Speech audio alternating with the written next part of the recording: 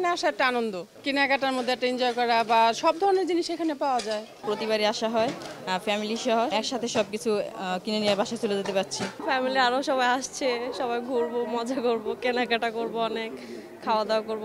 বাবার সাথে এসেছি, ভালো লাগছে।